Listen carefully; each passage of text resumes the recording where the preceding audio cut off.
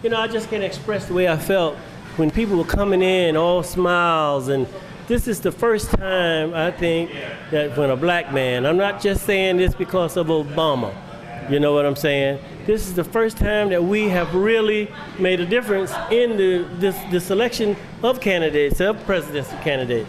You know, all before we went along with whatever the Democratic Party told us to go along with. And you see, we didn't do that this time. We didn't go along with the group. We went along on what our conviction led us to do. And I just feel so happy. I'm 64 years old. I've been voting for over 45 years. And this is the first time that I really think my vote really counted. So if we can come out in double-digit thousands, we can do this. We can make.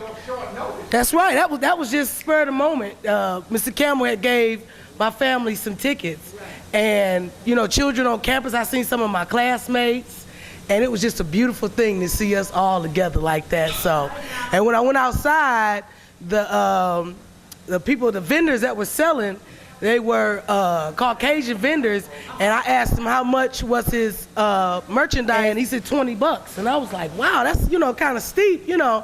He said, well, Obama's name is gold. So unofficial, 4,159 to Hillary Clinton's 806. Woo! All right. Joe must go. Joe must go. Joe must go. Let me tell you how the picture came about. Yes. Obama and I both were elected by our law reviews to be editor-in-chief at Thurgood Marshall in Texas and president at Harvard for him. They call their editor-in-chief president. And after the election, there was a law review conference scheduled in Boston, Massachusetts that particular year. And of course, as editor-in-chief of my law review, I had an opportunity. There was a student passing by as we came out, and I called out to the student and said, come take this historic picture. What? Yes, because Barack was the first African-American to serve as editor-in-chief or president of his law review. And I was the first Muslim to serve as editor-in-chief of mine. So that's what I was thinking, history in that regard. Never thinking 17 years later that is history because he's running now for the office. And so we asked Mr. Muhammad's father, who owns this building, could we borrow his office?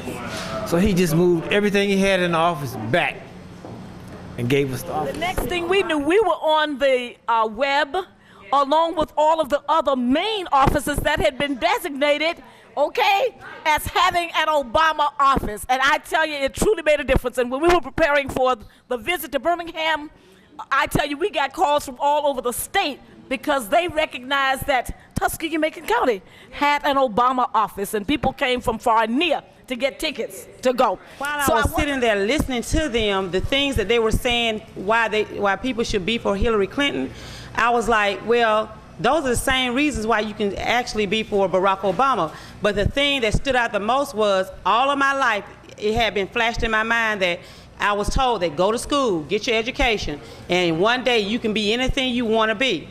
And so with Barack Obama's autobiography, The Audacity of Hope, I was like, he has the audacity to actually say that he wants to be president of the United States. Not think, but he knows that he can be president of the United States and actually run. I said, for someone to have that type of hope and try to build that type of hope in all people, not just one particular race, but all people.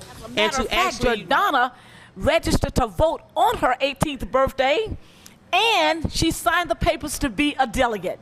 And so I was so proud of them, because we have to. The only way that you can have a future is if you start preparing the young people to take their place and to learn. So this is experience. Like Obama said, we need a change. Not only does the country need a change, our city needed a change. And right now, we're going to have a change in Macon County. Yes. And all over the United States of America. Yes. And I'm just excited. I'm prayerfully praying that it's just going to be a God God-given country. It's going to be a free country that all of God's children can be free. And we can just give till it hurts. And we can love.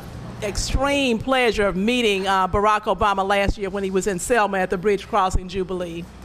And I was at the Unity Breakfast and heard him speak, and one of our young people from 21st Century, April Cadell, actually got a chance to speak on the podium with him last year. But I was just so impressed with this young man's vision.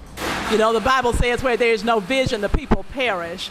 And he has a broad and expansive vision for America and for our relationship with the world. My heart is full tonight because when she gave us those results and Macon County turned out for Obama, my heart was just full. I could not believe it.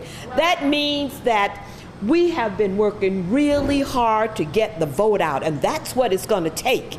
That's what it's going to take here in Tuskegee, here in Macon County.